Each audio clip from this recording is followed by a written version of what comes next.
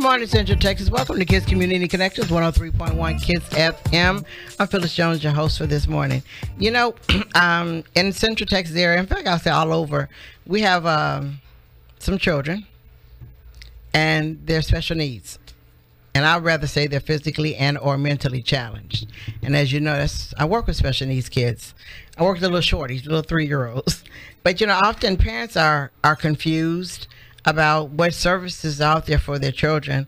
Some parents they want to ask, are there services out there, and then they don't want to ask because they don't want to, I guess, own up to it or admit it, or that they have a child that needs special attention. But if they do, they need to go and get it. So for years, I've been knowing this lady. Her name is Stephania Williams, and I've been knowing her for, oh my God, I don't even know. We won't even discuss how long I've known her. But ever since I've known her, it's one thing I'll say she has been. She fights for our special needs children. And she fights long, she fights hard, she fights for days, and she always wins. So, and I thought, you know, what better person to have on the show to talk to than somebody who does what it is that they do, you know, rather than reading a book and all those other things. So Stephania is going to walk us through what we need to do. And she know I got questions. But good morning. How you doing? Good morning. Good morning. Well, good afternoon. And thank you for having me. And I'm sure they have a lot of questions, and I'd love to answer a lot of those questions for them. And I recently did open up a business in Harker Heights, Advocacy from the Heart, and they can find us on Facebook. And any questions or training they may need is free, and we'd love to help them with any special education issues that they may have. A lot of people are having a lot of trying times now with our children, and especially when it comes to behavior. I love behavior too. Yeah, behavior is my number one. I love behavior. So some of these behavior plans we got in place are working for our kids. So special ed is a different monster for all of us here in the Central Texas area. We've been having a lot of problems and concerns. Parents have been asking and pretty much demanding for services and help, and I hope that they learn a few things today from us talking. Okay, now let's start. I'm gonna give you a kid, okay, and you're gonna walk me through an art and an IEP, and you're gonna explain them. Okay. I have a son. Let's just say I have a son. I'm gonna make him 5. Okay. 4 at the beginning. He's 4. He bounces off the wall from here to there. If I tell him to go get his shoes and socks, right? Socks and shoes, he's gonna come back with his shoes. So now I'm frustrated because I told him to go get both. I'm gonna tell him to go back and get both, and we're not gonna see the end of this. Okay. Now he also, when we go to the store and I say he can't have something, immediately he's gonna throw himself in the ground. Just immediately, bam! Right. Just boom! Out of nowhere. Right. You know, he's just gonna do that. He's gonna take off running. You know, if I call him to come here, regardless of whatever I want, his mind's going to stay running. He's going to be gone down the highway somewhere. And I'm chasing this kid. And also, he does not talk because he chooses not to. So that's my child. He chooses not to. They say he chooses not to. Now, hold up now. Because I'm going to say with all that behavior's got to be some words in there. Okay. Okay, so now I'm a new parent with this kid. Right. And I took him to get tested. And the school says I have to take him and first thing he has to have is an art. Is that correct? No. Okay, what does he have to have first? Well, first of all, I would ask for a child fine for the child under the school district. And you can do a couple of things. The school district can test your child, or if you would like to, you can have your child tested. So that would be number one. Either you can request for the school to do the testing, or you can get private testing. And either one of those things are good. Then from there, if you do the private testing, then you can take it to the school. You can ask for specialized services or even 504. Just depends on what your child needs. Okay. Or what you can do is if the child is going to be evaluated by the school, they will actually do the actual testing and collect all the data for you, and then they will present an evaluation to you in the ARD, which would be an admissions review and dismissal committee. And that's how we call it in the state of Texas. If you go anywhere else, it's going to be called an individual education plan, so an IEP. So people get confused sometimes when they come from other states and they come here and they get to thinking about the ARD process. They're like, what is that? It's actually the same, an IEP meeting. And from there, you can either, once the evaluation the school does, if you like the evaluation, you think the evaluation is a good evaluation for your child. And when I say good, you have to make sure that it has a lot of information in there that sometimes is missing. Information on how the child performs, how the child performs in academics, whether that be developing like his normal peers. And you want to have information on age, grade, and percentiles. A lot of times they'll give parents just percentiles. I want to know the age and the grade of the kid that he may be on. What grade level is he on? Which age level is he on?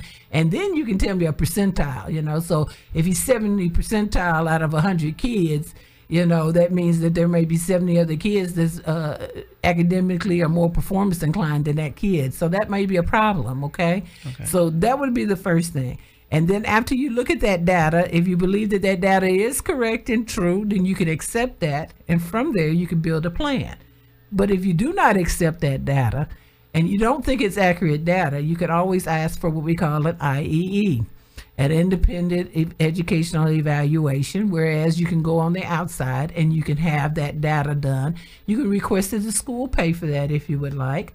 They have a choice of agreeing to do it or not agreeing to do it and standing by their evaluations.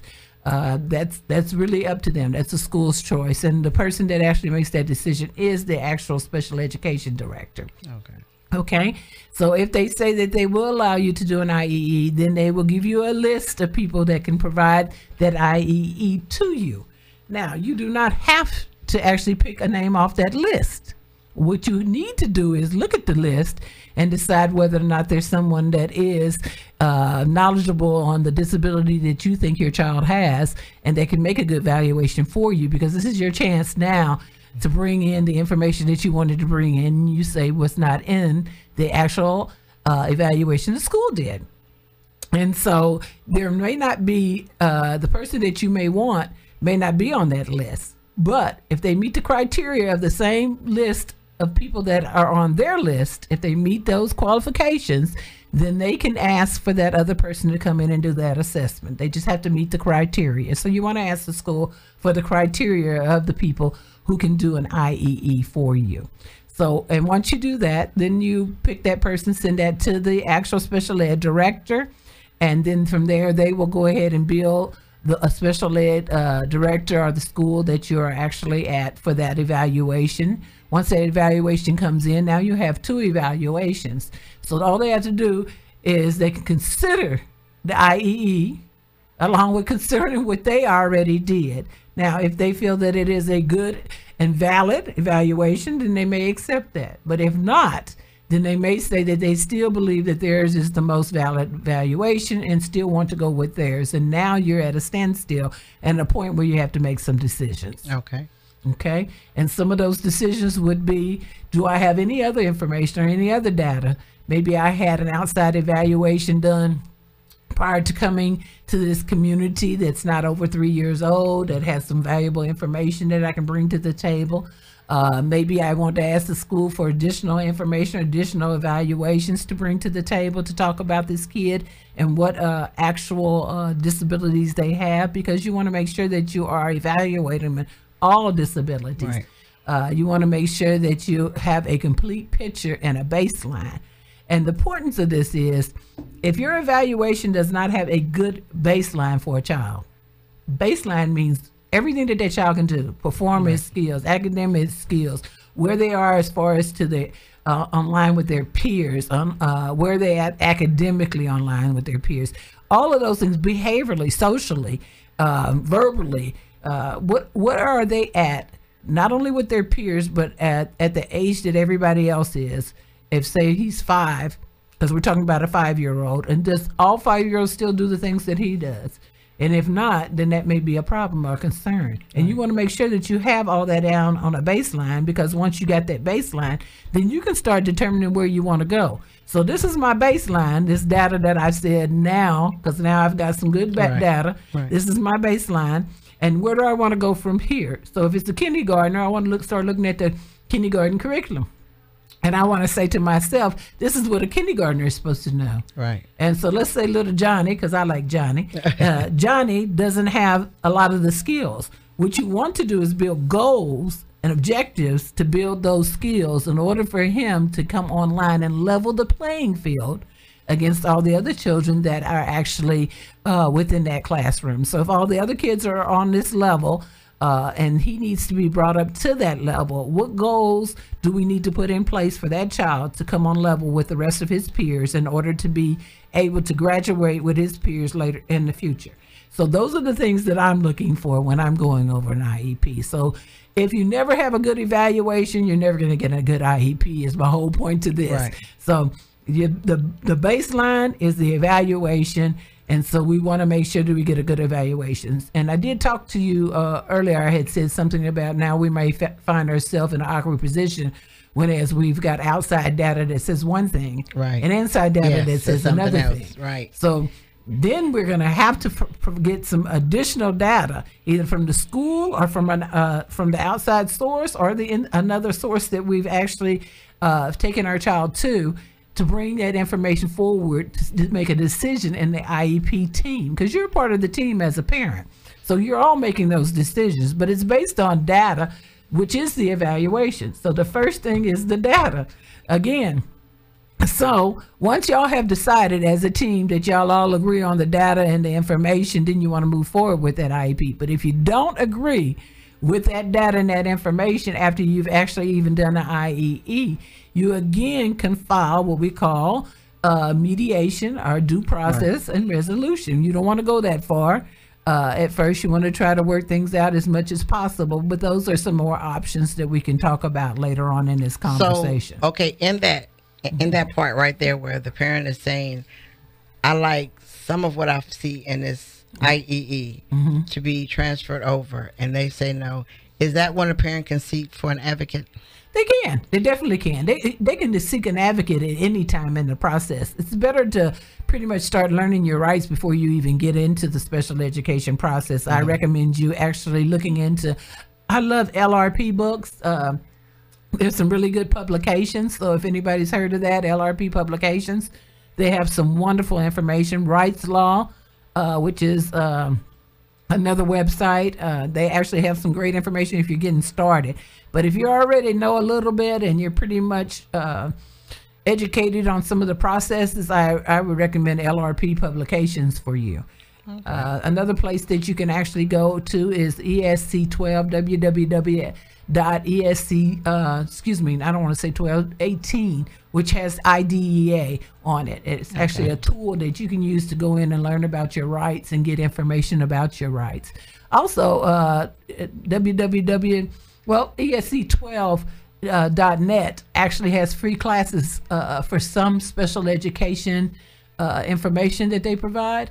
And parents aren't utilizing that. I could put out an email and say, hey, I'm going up to Waco for a class on special education or behavior or something, and it may be free for parents who have children with special needs, and you won't get one hand raised saying, hey, I'll come. Wow. But they need to utilize that. And we also give training too here in Corpus Cove. So if they hit me up on advocacy from the heart, we can find out what they need, and we can kind of help them from that point on. But I hope I answered your question. Yes, you did. Okay, good. And I want to stop it for a minute and say, just in case anybody just started listening, we're talking to Stephania Williams, and she is a child advocate person. And she's walking us through the beginning of when you find out that your child might be a little different from the other kids. Just might be, just a little bit. And, you know, I'll say in defense of sometimes that isn't special. Sometimes you got the kid who walked the unbeaten path, all these other things, and there's nothing wrong with them. Yeah. That's just them. Yes. Because when it gets down to school, they got it. Right. It's just that at home, who knows what is going on, but sometimes at home they act like I don't have it. They get to school and they got it. So, you know, don't automatically think that, you know, it's not clicking. Absolutely. We have kids that, you know, every day that may have a disability or may have some difference in the way that they learn. Those children would need maybe some accommodations under 504 to help them. They don't actually need special ed. They may just need some kind of accommodations or modifications actually to how they do the work in order for them to be successful in that classroom. And we want to make sure that those kids don't get into special ed. We want to make sure that the kids that need those services are under 504 and not in special education. Not everybody needs special education. If you need a related service, you're probably going to need special ed. But if you don't need a related service, most likely we can accommodate you under 504, which is the Rehabilitative Act. So you have to look at those things too. They also have things that's called response to intervention that they utilize too prior to you even getting to 504 or to special ed. Now, it can't prevent them from doing testing for any of those things or providing you those services. But they do have services that they provide in tiers 1, 2, and 3 within the state of Texas for children who may be at risk of slipping or being retained or being held back or even being having some difficulty with learning. Okay, so we want to catch those kids beforehand, and we want to utilize that response to intervention for them. And so if those tools are helpful with them and they're able to move on with their peers, perfect, let's do that. But if not, then we look at 504 and see if there's something that we can do underneath 504 to help them. A lot of times we have kids, like you were talking about Johnny earlier, having behavioral problems. You don't have to have 504 or have special education in order to have some kind of behavior contract or behavior plan. People can build that, as far as educators can build that with the parents to help them within their school environment if they have some behavioral challenges that we're working on or social skills issues that need to be enhanced. And so you can do that for any kid. You don't have to be in special ed. You don't have to be in 504 for that. But if you want to actually do a functional behavior assessment and have a behavior intervention plan put in place for your child that's legally binding, now we're talking different. We're talking about special ed. And so even under 504, you can have something that is actually designed. But if you want to have it where it's actually data driven more than I guess this is a hypothetical plan that most people put in place, then you're talking about special ed. Most of the time, special ed provides that data driven behavior intervention plan and functional behavior assessment in order to develop that behavior intervention plan. You don't have to have that under, for any child that's in the school district or a child that's under 504. It does not have to be actually done as a functional behavior assessment.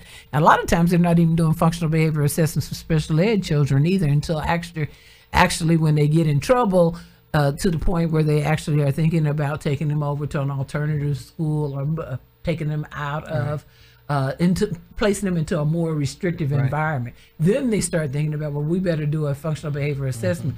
But I would recommend always, it's a best practice to always have a functional behavior assessment done for a kid in order for you to collect that data and build a data-driven plan for that kid in order for it to be successful. And a lot of times that does not happen. And so now we're back at the point where we've accepted the actual evaluation, and from based off that evaluation, if it's a good evaluation, we're going to assume that you agree to a good evaluation. Then once you've agreed to a good evaluation and you say you accept that, then we're looking at that data to decide on what it is that this child needs to be successful inside the classroom as far as leveling the playing field with his peers. And so some of the things that you might want to look at is performance goals. And we talked about a 5-year-old. So can this 5-year-old as performance goal tie their shoe? Can they feed themselves? Can they actually utilize the bathroom? Do they have actual social skills where they can actually ask for themselves different things?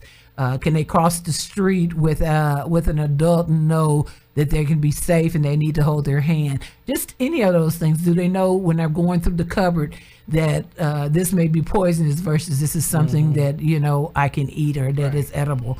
Those are things that we would start looking at as far as performance skills. Then we start looking at the alphabets as far as academics is concerned. You know, do they know all the alphabet? Do they know how to write their name? What is it that they're going to be needing in order to be successful and independent in the world later on in life? So that's pretty much what we're looking at when we're looking at an IEP. So that IEP should take you from kindergarten or pre-K all the way up to 12th grade and allow that kid to be independent and be able to do something that he would want to do in order to assist themselves in being independent as far as gaining money or however you want them to do, go to college or go on to vocational school. So you have to look at all of those things, and they need to be starting out when you first start planning. Where is it that this child is going to be going later on in life, and how are they going to get there? And are we putting in all the things that we need to have in place for them to get there? And if the answer to that is no, then you need to go back and look at your plan and start putting things in place that are going to help that kid get to that step. So if I have a kid that's 5 years old and we're now in kindergarten and we're having some behavior struggles, we need to look at what those behaviors are. Or if they're having some academic struggles and those struggles are in math or English, do we have a learning disability? If that kid does, then we need to look at the goals that we need to put in place from the evaluation that we said we agree to. Right. That says this is what's missing for this kid. Now this kid can do this, but he may be having a hard time doing that. When we say that, I'm talking about, let's talk about a learning disability. Maybe you have a deficit in math and reading. So how do we get that deficit on par with his peers? Well, evidently we're going to stack the deck on math and reading in order for that kid to bring up those skills. And we're going to put in some things not only in the home, but in the educational environment, whereas we can help them to develop the skills that they need to come on the same playing field as their peers. So that would be how I would start looking at goals for a kid at 5 years old that may have a learning disability. If we have a kid that may have a behavioral issue, I'm going to start looking at what are the social skills that are missing from this kid. And I'm going to always look, for me, I don't like the word aggressive. When I talk about a 5-year-old, I don't like the word aggressive at all. And the reason why is because sometimes it's not aggressive behavior. It's behavior that a child has not learned. It's a skill the child has not learned. So I don't want to say that this kid is aggressive at 5, and then when we get up to like 14, now we're going to say that he needs to be in the pipeline to the juvenile justice system, because that's a problem for me. So when I start talking about behaviors for kids, I start talking about negative, positive, you know, and maybe we can talk about positive contact versus negative contact if we're starting to hit. That way we don't have to call them aggressive, and we don't have to start having that already in the books for this kid. Whereas when he gets older, again, we're back to the police and the juvenile justice system, because it starts down here when the kid is 5 years old. We want to look at, you know, why is the kid doing what they're doing? So it's pretty much the ABCs, the antecedent, the behavior, and the consequences, and those could be positive or negative. So those are some things that we start looking at as far as behavior is concerned. If we have a child that's maybe autistic, we want to make sure that we're getting an evaluation back that gives us that data and the information on that. And we're looking at the state supplement as far as the 11 things that the school district must consider when they're building an IEP for a student that has a disability, if we say they have the disability, and make sure that that we're covering all those things and not checking a box, and we're actually asking in the ARD or the IEP meeting, does this child or does this parent need these in order for this child to be successful? A lot of times I see where the boxes are just checked, but the parents don't even know what it is. Whereas they may be able to, so if I have the behavior at home and at school, or I have a social skills deficit at home and school, then maybe I need some in-home training to help that kid and the parent, and maybe the parent doesn't know how to work with it. I want to go back to, there's like 13 disabilities under the law, and you can find all that information on the Texas Education website, whereas it lists the disabilities qualify under special education for services if they actually need some kind of related services to go with that. Okay, so you have to look at those. So not to cut you off, but sure. No. okay. So I don't want you to fall out your chair when I ask you this question.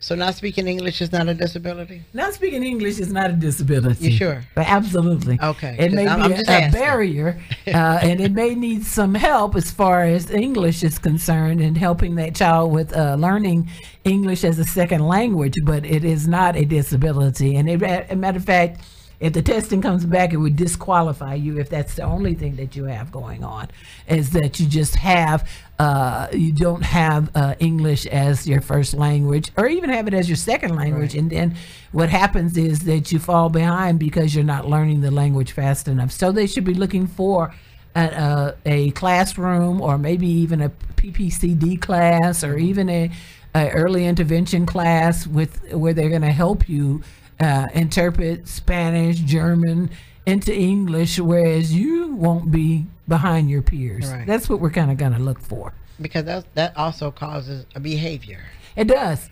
It does. And there's a lot of different things that cause behavior that people need to acknowledge. That sometimes they don't want to acknowledge. It isn't always something that has to do with those 13 disabilities, under the law. Sometimes it can be that, you came from a broken home. Yeah. Sometimes your parents are separating and it's causing confusion in that child's life. And parents need to pay attention to that sometimes. The things that we do as an adult affects children, whether we know that or not. It affects them. Sometimes we'll say, well, they don't know. Yes, they do. They listen. Kids are listening all the time. They're mimicking us. We're modeling for them, and the things that we're doing in our households are affecting the children, and it actually can send signals that maybe this child is having some difficulty in the academic area when they actually don't have a disability. Makes sense? Yes. Okay. Absolutely. All right, we're going to take a break. But before we take our break, I got that other question. Okay. Then we'll come back with the answer. It's that kid that's in regular ed. And he's terrorizing that classroom. Right. And that teacher goes, he belongs in your room. We're going to answer that. Oh, yeah. No. Okay. So we're going to take a break and come right back. Okay. No problem.